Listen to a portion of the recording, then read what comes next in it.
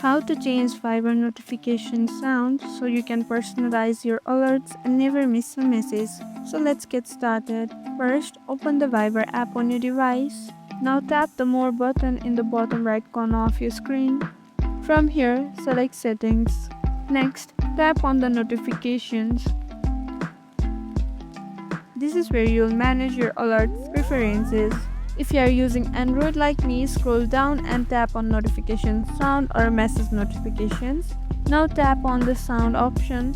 Here you'll see a list of available ringtones. Just tap to preview and select your favorite. If you are on iPhone, Viber uses a device system sound settings, so you'll need to change the tone from your iPhone's notification setting instead. And that's it. Your new notification sound is now set. You'll hear it every time you get a new Viber message. Now your Viber is sounding exactly how you want it, whether you are setting a fun tone or something more subtle. If you found this video helpful, don't forget to hit on that like and subscribe button, and also hit on that notification bell icon so that you won't miss any of our upcoming videos. That's all for today, and I'll see you in the next video.